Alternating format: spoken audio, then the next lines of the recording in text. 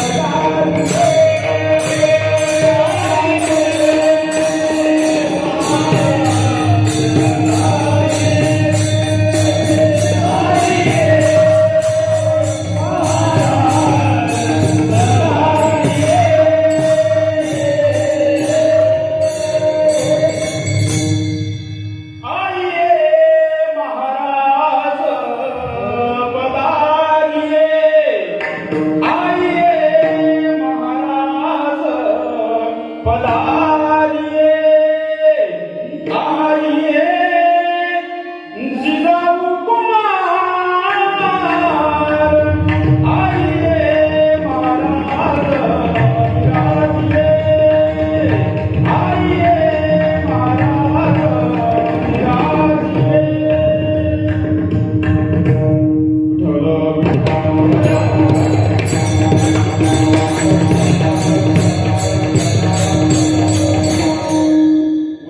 भाग्याता ओली चिंता वारली संत दर्शनी हाला पद्मनाभ जोडीला अनुसंगीन प्रसंग रूपी प्राप्त चिंतनाकरिता निवडलेला अभंग वैराग्याचे महामेरू संत सम्राट महाराष्ट्र भूषण नवे नवे तर हिंदवी स्वराज्याचे संस्थापक छत्रपती शिवाजी महाराज यांचे खरे असलेले गुरु जगद्वंदनीय जगद्गुरु तुकोबारायांच्या गाथेतील सर्वांच्या पाठांतरातील हा अभंग सेवेकरिता निवडलेला आहे. माय बापू हो, आपल्याकडे वेळ खूप कमी आहे. उरलेल्या एका तासामध्ये आपल्याला अभंगावर बोलायचं आहे. अभंगावर बोलण्याच्या पूर्वी वक्त्यानं परिहार देणं गरजेचं असतं म्हणून बोलतो माय बाप. तुमच्या या आंबुलगा गावामध्ये आज छत्रपती शिवाजी महाराजांच्या जयंतीच्या निमित्त हा एक दिवसीय नामचिंतन सोहळा आयोजित करण्यात आलेला आहे. राजमुद्रा प्रतिष्ठान राजमुद्रा खरोखरच महाराज आज 21व्या शतकामध्ये आमच्या माणसाने एवढी प्रगती केली. आमचा माणूस कुठेतरी चंद्रावर गेलेला आम्हाला दिसतोय माय. पण आज या 21व्या शतकामध्ये आमच्यातली माणूस की कुठेतरी दादा जंगलात निघून गेली, हे देखील तेवढंच खरं आहे महाराज. आज आमचा माणूस आम्हाला चंद्रावर पोहोचलेला दिसतोय, पण आमच्यातली माणूस की कुठेतरी जंगलात निघून गेलेली आहे. आणि अशा या जंगलात माणूस की निघून गेलेल्या काळामध्ये या तुमच्या आंबुलगा नगरीतील छत्रपती शिवाजी महाराजांच्या या मर्दमावळ्यांनी छत्रपती शिवाजी महाराजांचा जयंती अशी वेगळ्या स्वरूपात साजरा करण्याचा निर्णय घेतला. खरोखरच हे वंदनीय बाबा. एकदा टाळ्या वाजवा या पोरांना. किती संकट आले माऊली, किती संकट आले. खऱ्या अर्थाने छत्रपती शिवाजी महाराजांचे मावळे तुम्ही आंबुलगा या गावातील तरुण मंडळी आहे. खऱ्या अर्थाने एवढ्या नाना प्रकारच्या संकटावर मात करून तुम्ही हा कीर्तन सोहळा या ठिकाणी आयोजित केलेला आहे. अभंग जगद्वंदनीय जगद्गुरु तुकोबारायांचा आहे. आणि सेवेकरता निवडलेल्या अभंगामध्ये जगद्गुरु तुकोबाराय म्हणतात की माझं भाग्य उजळलं. भाग्य मंडळी, भाग्य म्हणजे काय हो? भाग्य म्हणजे काय? भाग्य या शब्दाचे 3 समानार्थी शब्द मी तुमच्या समोर ठेवतो. भाग्य म्हणजे दैव, भाग्य म्हणजे प्रारब्ध, भाग्य म्हणजे संचित आणि भाग्य म्हणजे सर्वात सोपा शब्द त्याचा समानार्थी भाग्य म्हणजे काय? नसीब. भाग्य म्हणजे नसीब. तुकोबाराय म्हणतात माझं भाग्य उजळलं. हे भाग्य कशामुळे उजळलं महाराज? महाराज अभंगाच्या दुसऱ्या चरणात म्हणतात उजळले भाग्य आता अवघी चिंता वारली. हे भाग्य कशामुळे उजळलं? तर जीवनात जी चिंता होती ती चिंता काय झाली मंडळी? चिंता वारली. वारली म्हणजे काय झालं? वारली म्हणजे आपल्या गावातली फलाण्या पाटलाची म्हातारी वारली म्हणजे काय कंधारच्या बाजाराला गेली का? कशा हसल्यात बघा पहिला मंडळ. वारली म्हणजे मेली. आपण म्हणतो ना फलाण्या पाटलाची म्हातारी वारली. वारली या शब्दाचा अर्थ काय होतो? मेली. म्हणजे तिचा त्या ठिकाणी अंत झाला. तुकोबाराय म्हणतात की माझं भाग्य उजळलं. का भाग्य उजळलं? की माझ्या जीवनामध्ये जी चिंता होती ना, ती चिंता काय झाली? वारली. चिंता वारली. तद्वतच काय? चिंता नाहीशी झाल्यामुळे तुकोबारायांचं भाग्य उजळलं. बरं, हे भाग्य उजळलं, चिंता वारली की कशामुळे वारली? तुकोबाराय म्हणतात की मला संताचं दर्शन झालं. संताचं दर्शन झालं. संताच्या दर्शनामुळं माझ्या जीवनात जी चिंता होती ना, ती चिंता वारली आणि ती चिंता वारल्यामुळं माझं भाग्य उजळलं. बरं महाराज, संताच्या दर्शनामुळं या 2 प्रकारच्या घटना तुमच्या जीवनात घडल्या. अजून काय घडलं हो?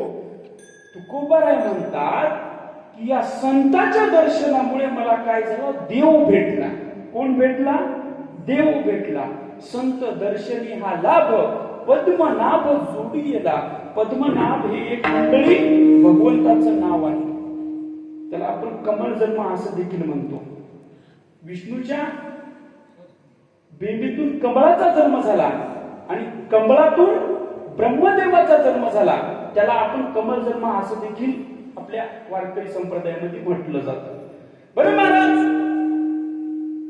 मग तुम्हाला संतांचं दर्शन झालं आणि संतांचं दर्शन झाल्यामुळं हा देव भेटला. या भेटलेल्या देवाचं तुम्ही काय केलं? एक तर मंडळी, तुम्हाला आणि आम्हाला देव भेटत नाही.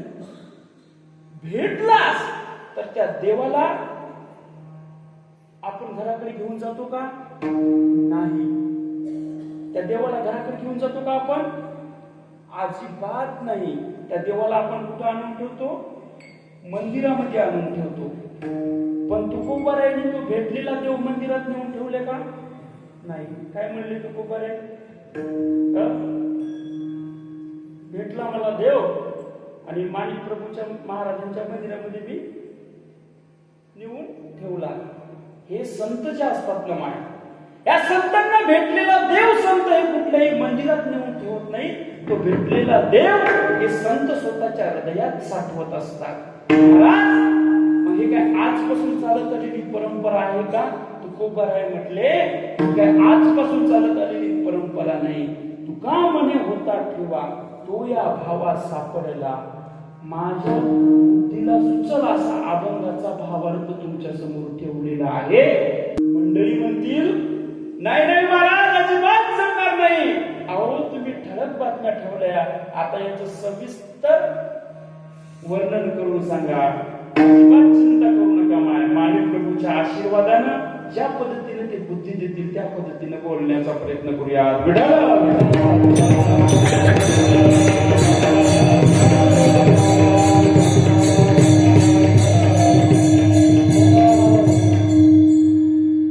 छत्रपती शिवाजी महाराजांच्या जयंती निमित्त सुंदर असा सोहळा या ठिकाणी तुम्ही आयोजित केला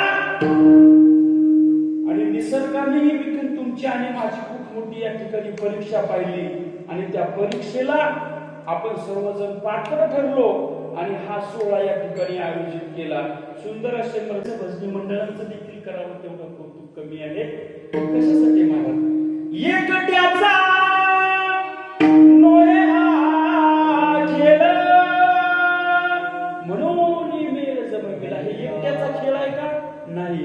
कीर्तनकाराचं कीर्तन चांगलं होणं याच्यामध्ये 100% श्रेय हे वादकाचं आणि गायकाचं असतं. महाराज, वादक आणि गायक जर चांगले नसले, कीर्तनकार तुम्ही कुठल्याही मसनाला घेऊन यावं, त्याचं कीर्तन जर उठलं तर नावाचा गणपत महाराज म्हणू नका मला.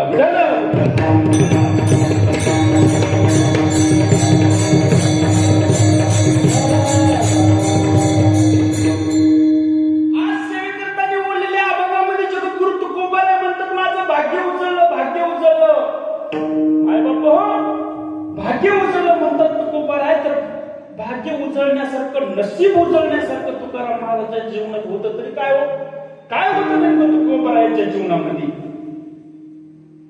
18-20 दारिद्र्य याच्या पलीकडे काही तुकाराम महाराजांच्या चरित्रामध्ये तुम्हाला वाचायला मिळालं का महाराज? 18-20 दारिद्र्य तुकोबारायांच्या जीवनात असताना तुकोबाराय म्हणतात ना माझं भाग्य उजळलं. मग का भाग्य उजळलं म्हणतात? मंडळी, तुकोबाराय गरीब नव्हते. तुकोबाराय मुळात गरीब नव्हते. आज जी पिंपरी चिंचवडची महानगरपालिका आहे ना पोरांनो, त्या पिंपरी चिंचवड महानगरपालिकेची जागीरदारी माझ्या जगद्गुरु तुकोबारायांकडे होती. आजची पुण्यातली पिंपरी चिंचवड महाराष्ट्रातली नंबर 2 ची श्रीमंत असलेली महानगरपालिका म्हणजे पिंपरी चिंचवडची महानगरपालिका आहे. त्या महानगरपालिकेची जागीरदारी माझ्या जगद्गुरु तुकोबारायांकडे होती. माझ्या बोलण्यावर विश्वास ठेवू नका. आजही नेहरू परिसरामध्ये जा तुम्ही, लोगाव वगैरे या गावाकडे, तिथल्या लोकांना त्यांचा 7-12 दाखवा म्हणावं. फक्त 7-12 कुळ लागलेला आहे त्याच्यावर, आणि ते कुळ कोणाचं आहे? तुकोबारायचं कुळ आहे. म्हणजे एवढे श्रीमंत जगद्गुरु तुकोबाराय होते. 18-20 दारिद्र्य तुकोबारायच्या जीवनात आल्याच्या नंतर आम्ही कीर्तनकार मंडळी तुकाराम महाराजांची गरिबी रडू कीर्तनात सांगतो, पण तुकोबारायांची श्रीमंती देखील कीर्तनकारांनी सांगितली पाहिजे. महाराज एवढे श्रीमंत जगद्गुरु तुकोबाराय होते आणि तुकाराम महाराजांना समजलं मी जर हे पैसा, धन, दौलत, इस्टेट, प्रॉपर्टी याच्यामध्येच जर अडकून पडलो तर माझं जे आद्य कर्तव्य आहे ना, तर ते मी माझं आद्य कर्तव्य व्यवस्थितरित्या पार पाडू शकणार नाही. तुकोबारायांना माहित होतं, मला स्वामित्व गाजवण्यासाठी हा माझा देह या ठिकाणी जिजवायचा नाहीये, मला दास्यत्व पत्करायचं, आणि दास्यत्व पत्करवल्याच्या नंतर मला प्रभूच्या चरणी, भगवंताच्या चरणी, पांडुरंगाच्या चरणी नक्कीच मला स्वामित्व प्राप्त झाल्याशिवाय राहणार नाही. मंडळी, पंचायत ही खूप मोठी आहे बघा. तुम्हाला आणि मला प्रत्येकाला वाटतं की आपल्या जीवनामध्ये स्वामित्व प्राप्त व्हावं. स्वामित्व या शब्दाचा अर्थ मालक घेऊयात आपण. मला मालक होता यावं, पण ते मालक होण्यासाठी जे घेण्यात जे कष्ट आहेत, ते कष्ट करण्याची कुणाचीच या ठिकाणी त्या पद्धतीची मानसिकता राहिलेली नाही. जगद्गुरु तुकोबारायांनी अगोदर दास्यत्व स्वीकारलं, नंतर तुकोबारायांना स्वामित्व प्राप्त झालं. विठाला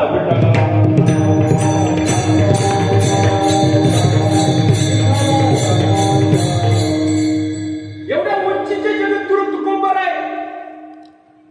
तुकोबारायांना वाटलं ही जी संपत्ती आहे ना, ही जी प्रॉपर्टी आहे ना, माझी परमार्थामध्ये मला अडथळा येणार आहे. तुकोबारायांनी ज्या कर्ज खात्याच्या ज्या वह्या होत्या ना, त्या संपूर्ण वह्या गाडीमध्ये भरल्या आणि इंद्रायणीच्या डोहामध्ये नेऊन जगद्गुरु तुकोबारायांनी त्या वह्या बुडवल्या. दादा, मला तुम्हाला सिद्धांत हा सांगायचा होता. जगाच्या पाठीवर शेतकऱ्याची जर पहिली कर्जमाफी जर कोणी केली असेल तर ती जगद्गुरु तुकोबारायांनी केलेली आहे. शेतकऱ्याची पहिली कर्जमाफी अशी आताच्या सरकारसारखी फसवी कर्जमाफी नाही बरं का, 5,000 आणि 10,000 त्या पद्धतीची नाही. सरसकट कर्जमाफी करणारा जर या जगाच्या पाठीवरला, विश्वाच्या पाठीवरला पहिला संत म्हणजे जगद्गुरु तुकोबाराय. विठ्ठल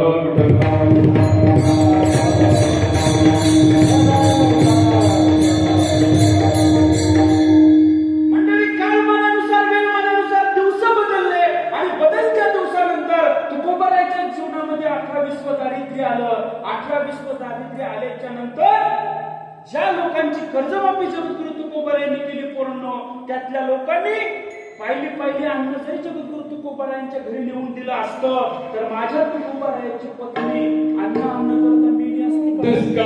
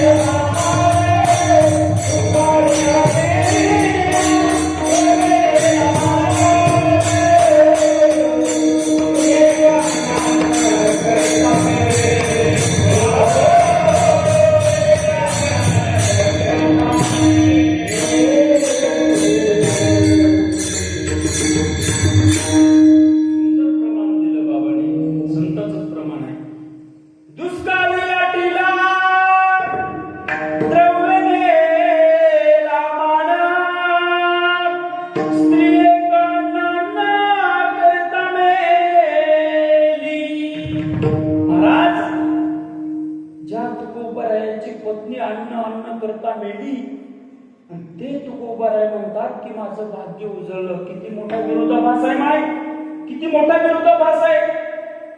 अन्न करता पत्नी ज्याची मेली ते जर म्हणत असेल माझं भाग्य उजळलं, माझं नशीब उजळलं, माझं प्रारब्ध उजळलं, माझं संचित उजळलं, तर किती मोठा विरोध आहे हा, किती मोठा विरोधाभास आहे. पण हे भाग्य कोणतं उजळलं तुकोबारायांचं? तुकोबारायांना काय सांगायचं होतं? तुमच्या आणि माझ्या दृष्टीनं भाग्य उजळणं ही वेगळी संकल्पना आहे आणि साधू संतांच्या दृष्टीनं भाग्य उजळणं ही वेगळी संकल्पना आहे. तुमच्या आणि माझ्या दृष्टीनं भाग्य उजळणं म्हणजे काय? जीवनामध्ये पैसा असावा, जीवनामध्ये पैसा असावा, चांगली संतती असावी, राहायला माडी असावी.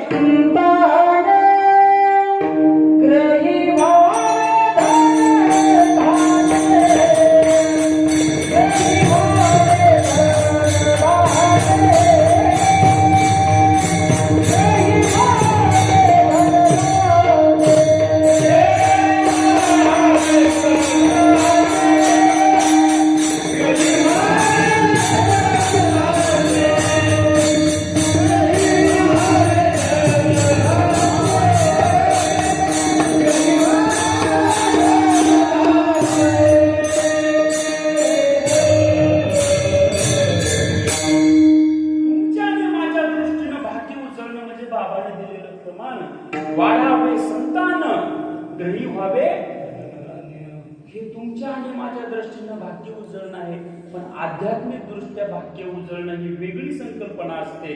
आणि व्यावहारिक दृष्ट्या भाग्य उजळणं म्हणजे बाबाने दिलेलं प्रमाण.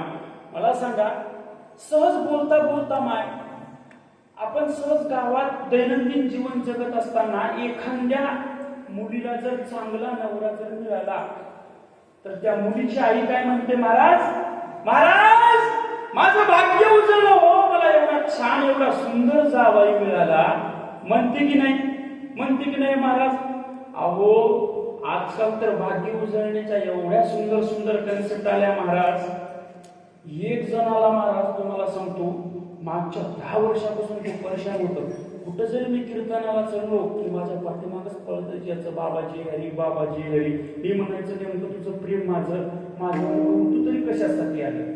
आजकाल महाराजांवर लोकांचं प्रेम होतो, कशासाठी आले महाराज लोकांनी विचारलं पाहिजे ना महाराज. मी त्याला म्हटलो की एवढं प्रेम नेमकं तुझं माझ्यावर तू कशासाठी आलं? काहीच नाही म्हणे महाराज, तुम्ही भना भना भना भना पुत्र्यासारखे महाराष्ट्रभर फिरता. काय म्हणे? भना भना भना भना पुत्र्यासारखे महाराष्ट्रभर फिरता, काय बी करा म्हणे महाराज, मला सोयरी गाणा. काय म्हणे? सोयरी गाणा. मी म्हणलो दादा तुझं रनिंग वय किती आहे? ते म्हणे फक्त 40 वर्ष. काय म्हणे माय? फक्त 40 वर्ष. मी म्हणलो दादा उरलेल्या 5 वर्षासाठी काला बट्टा लावून खेळला रे. योग्यतेच्या पुढचं महाराज म्हणे सेकंड हँड आणा पण सोयरी गाणाच. अरे मग तुझे मोटरसायकल आहे की काय रे सेकंड हँड घेऊन द्यायला तुला? महाराज विनोदाचा भाग सोडून द्या. साधू संतांच्या दृष्टीने या पद्धतीचं भाग्य उजळलं. भाग्य तरी नो हे धन पुत्र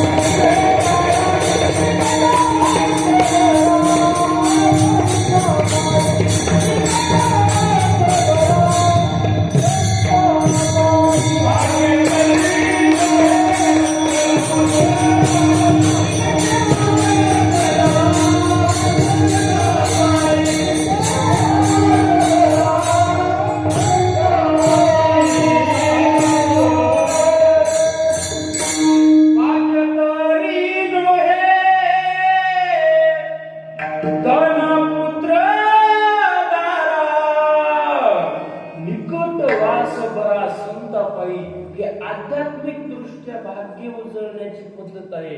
ज्या अर्थी महाराज तुम्ही प्रमाण देताय त्या अर्थी मला आता असं वाटायला लागलं की अभंगावरच बोलायला लागलो. आता बैठकीत विषय झाला ना, बाबांनी सांगितलं ना आपल्याला, महाराज खरोखरच खूप मोठी शोकांतिका आहे.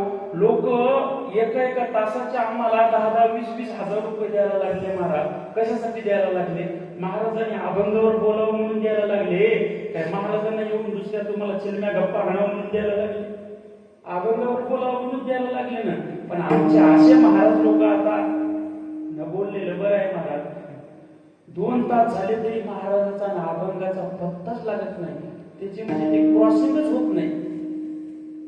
नुसतं नावाला अभंग घेते. ज्या अर्थी तुम्हाला प्रमाण तुम्ही देताय त्या अर्थी आता मला वाटायला लागलं की खरंच मी अभंगावर बोलायला लागलो.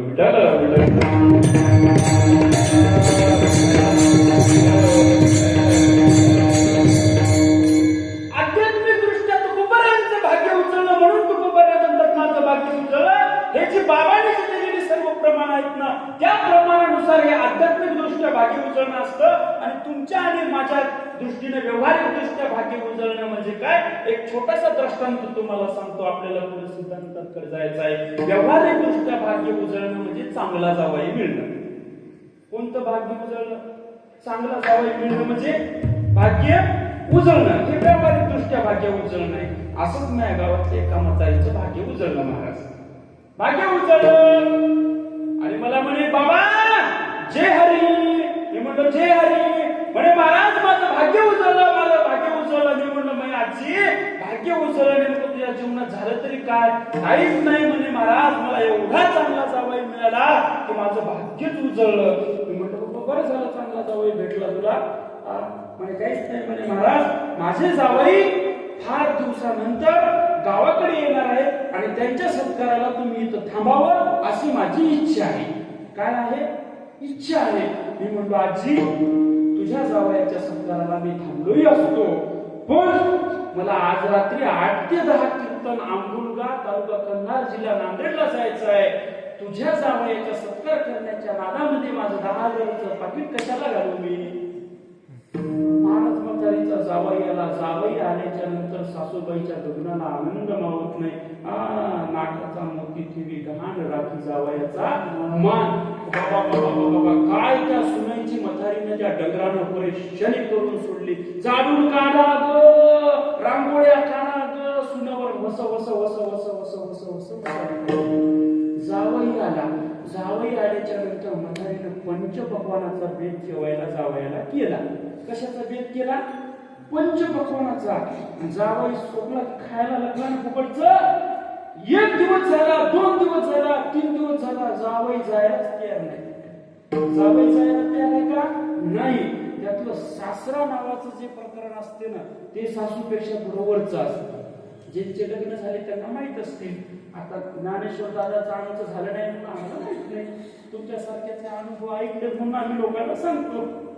महाराज सासरा नावाचं प्रकरण खवळलं. ते सासूबाईला म्हणे अगं म्हणे काय जावई भाऊ 4 दिवस झाले म्हणे गावात जायचं नावच घेत नाही. सासू हुशार होती ती म्हणे एक काम करूयात म्हणे आता आपण आज काय करूयात, आज जावई बाबूला 5-6 दिवस झाला आपण गोड पदार्थ खायला घातलेत ना, आज आपण जावई बाबूचा जेवणाचा बेत बदलायचा. दादा काय करायचं म्हणले? बेत बदलायचा. सासूबाईनं जेवणाचा बेत बदलला नाही. बेतामध्ये आज सासूबाईनं ठेवली बेसन आणि भाकर. काय ठेवली? बेसन आणि भाकर. ते जावई लय पुढचं होतं. त्या जावई म्हणला महाराज याला म्हणायचं म्हणला सासू आणि याला म्हणायचं म्हणला सासरा. किती बुद्धिमान लोक आहेत. त्यांना वाटलं की मागच्या 5-6 दिवसापासून गोड खाऊ आमच्या जावयाचं तोड आला असेल, त्याला उतार बेसन आणि भाकर दिली म्हणली. अजून 4-5 दिवस त्याने बेसन आणि भाकरीवर काढले. मठाऱ्याच्या तळपायाच्या मस्तकाला गेले. मठारा म्हणे हे जाते की नाही म्हणे गिराईक त्याच्या गावाकडे. अजून त्यांनी एक युक्ती सुचली. बाबा युक्ती अशी सुचली काहीच नाही म्हणे संध्याकाळी जेवायला जावई बापू बसले. जावई बापू जेवायला बसले की आपण जावयाला काय करूता आपल्या मुलीची म्हणजे त्याच्या पत्नीची आणि त्याच्या लेकराची आठवण काढून देऊ. म्हणजे बायकोची आणि लेकराची आठवण काढल्याच्या नंतर नक्कीच जावई बापू त्यांच्या आठवणीच्या नादाने का होईना पण गावाकडे निघून जातील. मग त्यांनी संध्याकाळी ठरल्याप्रमाणे जावयाला त्यांनी आठवण काढून दिली. म्हणे जावई बापू बोला मामा. अहो म्हणे 10-12 दिवस झाले म्हणे तुम्ही आमच्या गावाकडे आले, काय घरी भांडण झाली की काय? म्हणे नाही मामा म्हणे तसं काहीच नाही म्हणे भांडण काही झालं नाही. मग आता तिचा सासरा होता तेही त्याचा सासरा. आता जावई इतका हुशार म्हटल्यावर सासरा त्याच्यापेक्षा हुशार असणारच ना. सासरा म्हणे अहो म्हणे 10-15 दिवस झाले तुम्ही जायचं नाव घेत ना, भांडण झाले नाही नेमकी का जात ना? काहीच नाही म्हणे असं चालू म्हणे घरी वाद नाही तंटा नाही काहीच नाही. सासरा म्हणे अहो मग तुम्हाला तुमच्या पत्नीची लेकरा बाळाची आठवण येत असेल ना, लेकरा बाळाची पत्नीची आठवण येत असेल ना. की जावई म्हणला हो ना मामा अहो लय आठवण येते म्हणला, बायकोची बी येते लेकराची बी येते. एक काम करतो ना म्हणला घराकडे जातो आणि त्याला बी इकडेच घेऊन येतो. गावाकडे जातो आणि त्याला बी इकडेच घेऊन येतो. म्हातारं चिडलं. म्हातारं म्हणजे 1992च्या अगोदरचं होतं. 1992च्या अगोदरचं म्हातारं म्हणला आता काय बी करा हे गिराईक वाट लावायचं म्हणजे लावायचं. जावाई बापू आज संध्याकाळपर्यंत त्याच्या गावाला गेला पाहिजे. मग सासऱ्यानं एक युक्ती काढली नाही. युक्ती अशी काढली, काहीच नाही म्हणे आता जावई बापू बाहेर गेले नव्हते, आता थोड्या वेळानं जावई बापू जेवणाच्या टायमाला घराकडे येणार. तेव्हा काय करायचं म्हणे, इथं बाज टाक, त्या बाजावर गादी टाक म्हणे. मी हातात मोठी काठी घेतो आणि मी या गादीवर मारल्यासारखं करतो. आणि त्याच्या म्हणजे सासूला काय सांगितलं सासऱ्यानं, तू काय कर, रडल्यासारखं कर. काय कर, रडल्यासारखं कर आणि मी मारल्यासारखं करतो. आता हे दोघे नवरा बायको परेशान झाले होते. 15-20 दिवस झाले त्याला फुकटचा खाऊ घातलं. ते गावाकडे जायचं नावच घेईना. होय जावई बापू, असंच करता का तुम्ही? जावई करून डबडा घेऊन आला महाराज. आल्याच्या नंतर म्हाताऱ्यानं जी काठी घेतली आणि त्या बाजावर दन हे असे जाणू लागलं बघा. दन बाजावर काठी हाणली की इकडून त्या सासू नावाच्या प्रकरणानं जीव टाकला.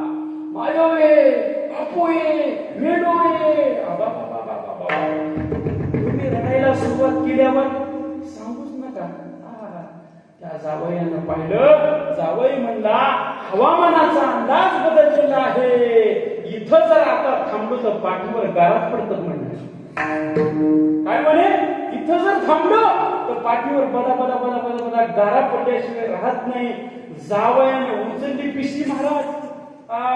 पिशी उचलली की त्या तुमच्या पुराण कोणत्या त्या कंदाच्या आलमकडे बहादरपुऱ्यापर्यंत काही जावई थांबलाच नाही. पण ती त्यांचाच जावई होता. जावयाने विचार केला, अरे म्हणे या दोघांनी मला घालवायसाठी नाटकं केली नाही ना म्हणे. या दोघांना मला घालवायसाठी नाटकच केली नाही. काय फरक पडणार आहे म्हणला, 10 रुपयाचं तिकीट आहे कंधारचं. पुन्हा रिटर्न गाडीत बसलं ना, आला आपण गेला वापस आलं. 10 रुपयाचं तिकीट आहे म्हणला कंधारून आपण घ्यायचं. वापस आल्याच्या नंतर त्यांनी चित्र पाहिलं महाराज. हे दोघं नवरा बायको, सासू आणि सासरे 10-15 दिवसापासून परेशान झाले होते ना. याच्या निवांत गप्पा मारताचा म्हणतो काहीच नाही. हे मंदात येऊन गिराईक तिथं येऊन बसलेलं होतं. हे दोघे नवरा बायको लाडात आले आणि महाराज गप्पा मारायले. ते सासरा काय म्हणते त्या सासूला, होय ग मी कसं मारल्यासारखं केलं. सासू म्हणते मी कसं रडल्यासारखं केलं. ते म्हणते मी कसं मारल्यासारखं केलं. पुन्हा सासू म्हणते मी कसं रडल्यासारखं केलं. सासरा म्हणला मी जर मारल्यासारखं केलं नसतं तर जावई बापू गेले असते का. सासू म्हणे मी जर रडल्यासारखं केलं नसतं तर जावई बापू गेले असते का. दोघं पुन्हा लाडात आले आणि त्यांचा रक्तासू मी कसं मारल्यासारखं केलं. ती म्हणते मी कसं रडल्यासारखं केलं. सासरा म्हणते मी कसं मारल्यासारखं केलं. सासू म्हणते मी कसं रडल्यासारखं केलं. जावई बापू पिशी घेऊन घरात आले म्हणते मामा मी कसं गेल्यासारखं केलं. महाराज संसारातलं अध्यात्म व्यवहारातलं भाग्य उजळणं म्हणजे या दृष्टांतातला जावई कसा गेल्यासारखा करते, क्षणासाठीच गेल्यासारखा करते की नाही, तसं व्यावहारिक दृष्ट्या भाग्य उजळणं असते. आध्यात्मिक दृष्ट्या तुकोबारायचं भाग्य उजळलं. काय भाग्य उजळलं. तुकोबाराय म्हणले माझ्या जीवनाची चिंता होती ना, ती चिंता वाढली. चिंता वाढल्यामुळं काय झालं, माझं भाग्य उजळलं. ते अभंगाचं पहिलं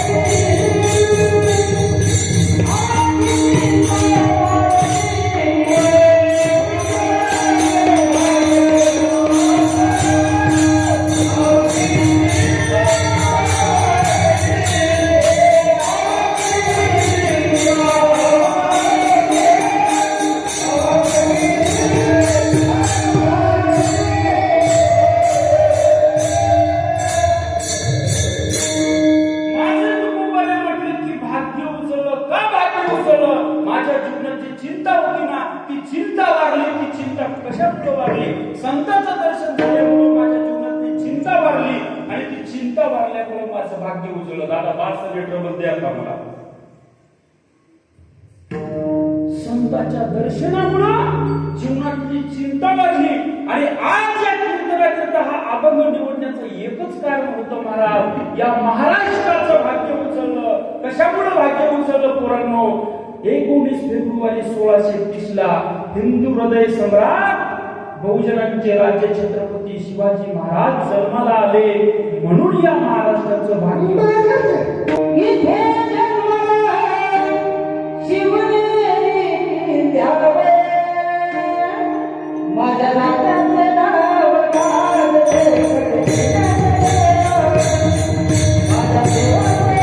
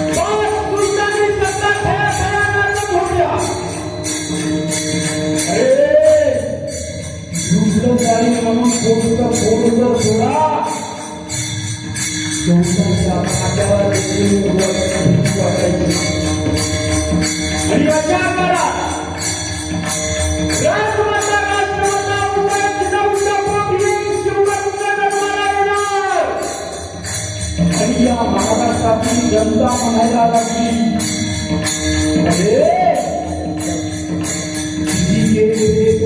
बाप पैदा होता था,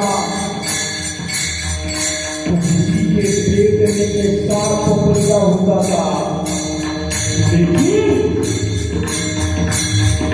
जिजाऊ की माती करो जिसके पेट में बापों में बाप छत्रपति शिवाजी महाराज पैदा हुए थे।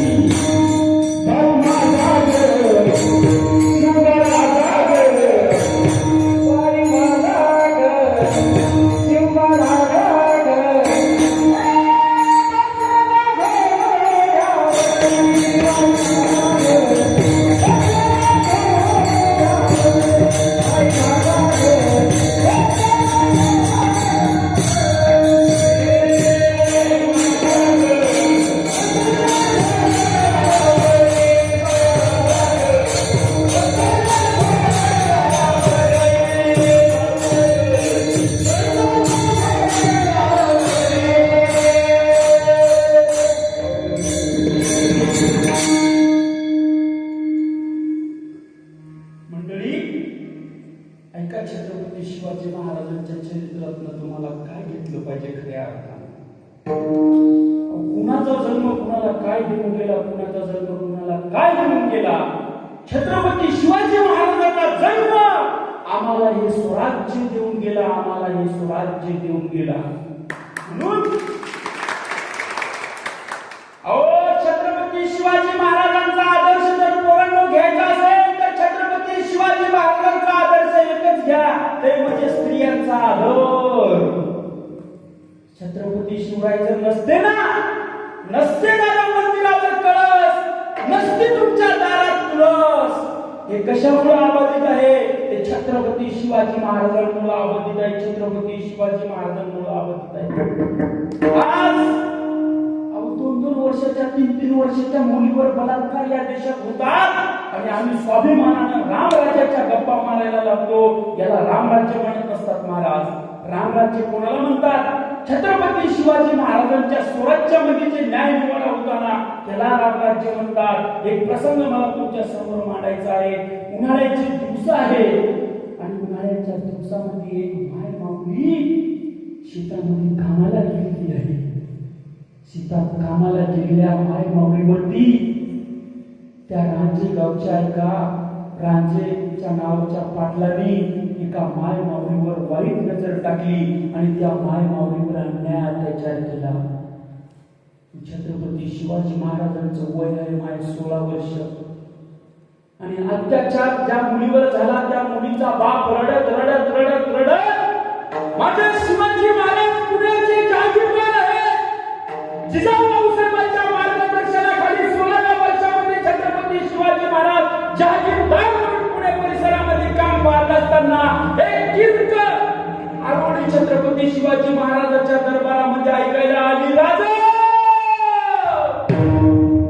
राजा वाचवा, आम्ही बर्बाद झालो, आम्ही लुटलो, आम्हाला वाचवा राजा, आम्हाला वाचवा राजा, आम्हाला वाचवा राजा.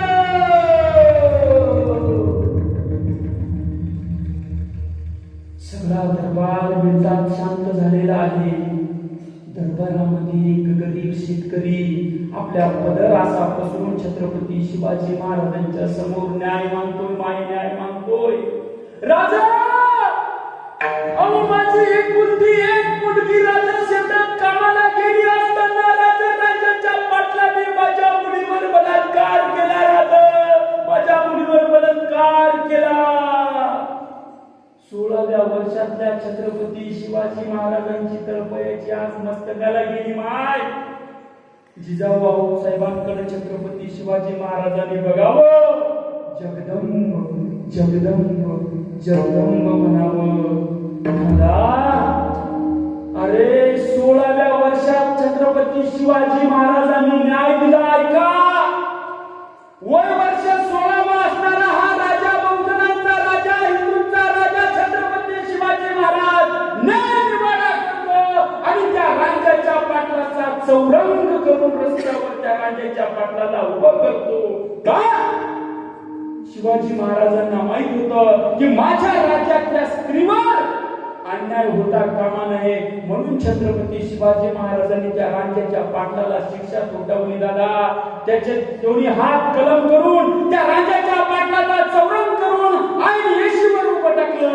आज आम्ही बघतोय अनेक प्रकरण तुमच्याच नांदेड जिल्ह्यात मागच्या वर्षी घडलेलं प्रकरण आहे. दादा, 2-2, 4-4 वर्षाच्या मुलीवर बलात्कार व्हायला लागलेलो. या सरकारला विनंती आहे, सरकार मायबाप, अहो आमच्या छत्रपती शिवाजी महाराजांचा आदर्श बाहेर देशातील लोक घ्यायला लागले. तुम्हाला माझी एकच विनंती आहे, एकच आदर्श तुम्ही शिवचरित्रातून घ्या. या देशामध्ये बलात्कार करणाऱ्याला शिक्षा माझ्या स्वराज्याची छत्रपती शिवाजी महाराजांनी दिली ना, ती शिक्षा जर आजच्या सरकारनं त्या बलात्काराला जर दिली ना, तर या देशातल्या या पवित्र हिंदू धर्मातल्या स्त्रीच्या केसालाही धक्का लागणार नाही महाराज, केसालाही धक्का लागणार नाही. हा आदर्श छत्रपती शिवाजी महाराजांच्या चरित्रातून घेतला पाहिजे. पण आज आम्ही बघतोय जे महापुरुष वाचून मोठी झाली त्यांची जयंती पोट्टे नाचून साजरी करतात, डॉल्बी डीजे आणतात, दारूचे बॉक्सच्या बॉक्स रिकामे करतात. तुम्हाला छत्रपती शिवाजी महाराज कळले नाही रे बावळटांनो. छत्रपती शिवाजी महाराजांचा खरा आदर्श म्हणजे हे आंबुळगा गावातील राजमुद्रा प्रतिष्ठान आहे. हे छत्रपती शिवाजी महाराजांचे खरे मावळे आहेत. या पद्धतीची शिवजयंती साजरी करा ना तुम्ही. अरे गाडीचं सायलेन्सर काय वाजवता, शिवालयांसारखी दाढी का वाढवता, आणि धाब्यावर जाऊन जर जेवण करत असाल, धाब्यावर जाऊन जर तुम्ही दारू पित असताल, तर तुम्ही शिवाजी महाराजांचे मावळे होऊ शकत नाही. छत्रपतीच्या सुरेमरदानो, छत्रपतीच्या सुरेमरदानो, देवाधराधीशा,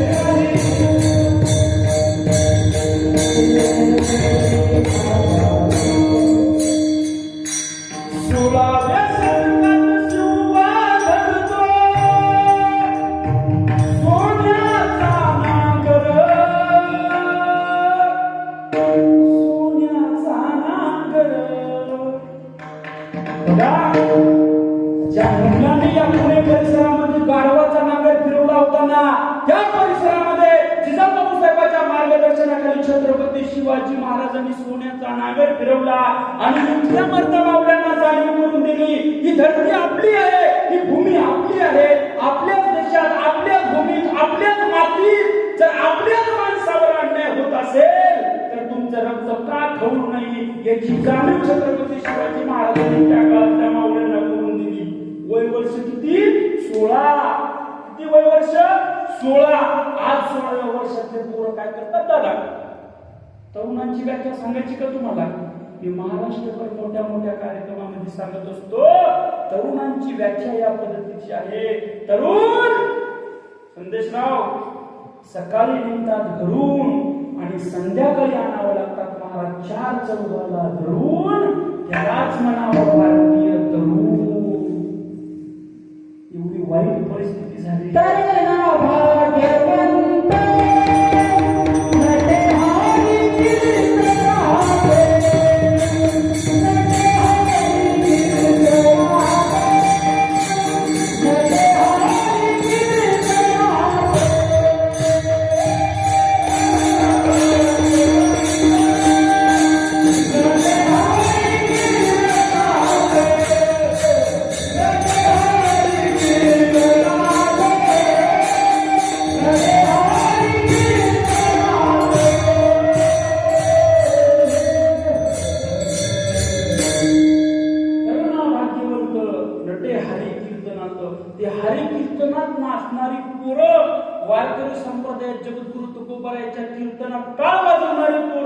छत्रपती शिवाजी महाराजांनी तुकोबारायांच्या मार्गदर्शनाखाली सोबत घेतली आणि स्वराज्याची मुहूर्तमेढ रवायला सुरुवात केली. जगद्गुरु तुकोबारायांचं आणि शिवरायांचं खरं नातं म्हणजे पोरांनो गुरु शिष्याचं नातं होतं. कारण जगद्गुरु तुकोबारायांच्या कीर्तनामध्ये छत्रपती शिवाजी महाराज सर्वात पुढे येऊन बसायचे आणि एक एक एक एक एक एक मावळा छत्रपती शिवाजी महाराजांनी जोडला. आणि नंतर एक वेळ अशी आलेली आहे, गेलची काया ते गड विरतानाची तो पुढं शेलन मामा धीर दिपाड पाडी उदय भानुच मड जवाची काटली गोड पडन वर एक एक गड जवाची काटली गोड पडन वर एक एक गड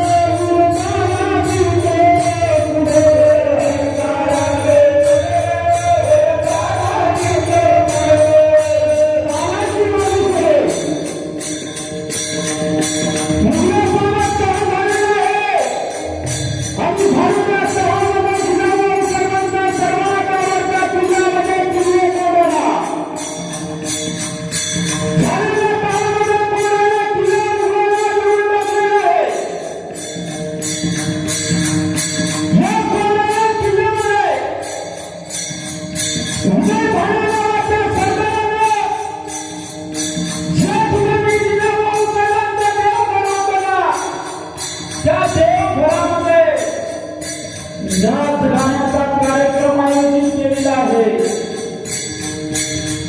ही बातमी जेव्हा जिजाऊ साहेबांच्या कानावर आली, जिजाऊ साहेबांनी छत्रपती शिवाजी महाराजांना म्हणाला, शिवबा अरे कोण आल्यासारखं बायका तिला मुलाच्या हातात बरं नवं, शिवबा बरं नवं. शिवाजी साहेब जी आई साहेब कोण आला तिला हा समाचार आला पाहिजे, कोण आला तिला हा समाचार आला पाहिजे शिवबा. आणि हा कोंडाणा किल्ला जप करण्यासाठी छत्रपती शिवाजी महाराजांनी ठरवलेलं आहे. महाराजांनी मावळे, महाराजांनी माणसं जोडले, महाराजांच्या पोराच्या मध्ये एक माणूस मरायसाठी तयार होता. आणि हा किल्ला आता शिवाजी महाराज मरायसाठी निघाले. इतक्यामध्ये एक मावळा आलेला आहे. त्या मावळ्याचं नाव तानाजी मालुसरे. आई भवानीच्या कृपेनं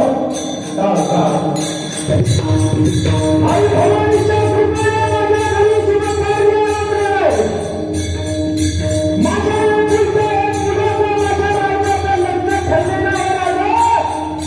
आणि या शुभ मुहूर्तावरती तुम्ही माझ्या मुलाच्या लग्नामध्ये शुभाशीर्वाद देण्यासाठी यावं अशी आमची इच्छा आहे.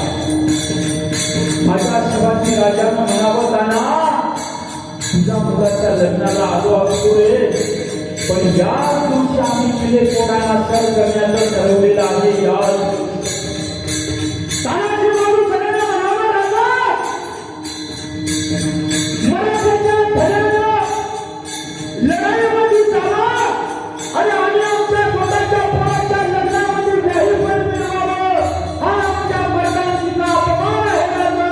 ही तलवार घ्या आणि माझं कलम करा. हा तानाजी मालुसरे नावाचा छत्रपती शिवाजी महाराजांचा मर्द मावळा आहे.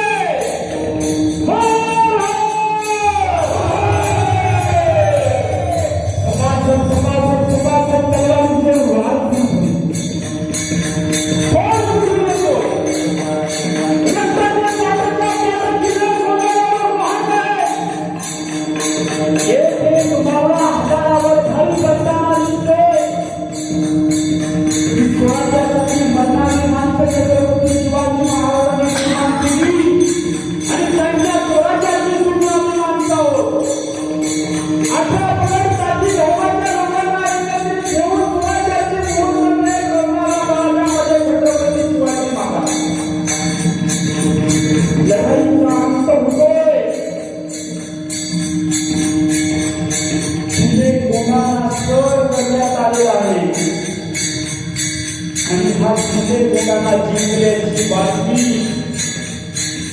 छत्रपती शिवाजी महाराजांपर्यंत रायगडावर पोहोचली असताना निरोप पाठवणाऱ्या मावळ्याने म्हणावं लागलं, सुभेदार तानाजी मालुसरेंच्या नेतृत्वाखाली लढाईमध्ये किल्ले कोंढाणा स्वराज्यात आलेला आहे. या लढाईमध्ये तानाजी मालुसरे धीर गतीला प्राप्त झालेले आहेत. धीर गतीला प्राप्त झालेले आहेत. रक्तामध्ये न्हालेल्या त्या तानाजीचं प्रेम पाहून तानाजीचा 80 वर्षाचा चुलता त्याचा भाऊ आमच्या तानाजी मालुसरेंचं रक्तात न्हालेलं प्रेम त्यांनी त्यांच्या मांडीवर घेतलं आणि तानाजी मालुसरेचा भाऊ तानाजी मालुसरेच्या प्रेताला लोटांगण देऊन म्हणतोय, ताना काय सांगू जाऊन वयनीला, कसं सांगू जाऊन वयनीला. दादा, अरे तुझ्या पत्नीने विचारलं तर मी आता काय उत्तर देऊ त्या ठिकाणी? दादा, काय उत्तर देऊ? ढसा सगळे मावळे रडायला लागले. आणि जेव्हा शिवाजी महाराजांना समजलं ना तानाजी वीरगतीला प्राप्त झालेले आहेत, तेव्हा या जगाच्या बापानं छत्रपती शिवाजी महाराजांना सिंहासनावरून खाली उतरावं आणि म्हणावं, गड आला पण सिंह गेला, गड आला पण सिंह गेला. जय भवानी, जय शिवाजी, जय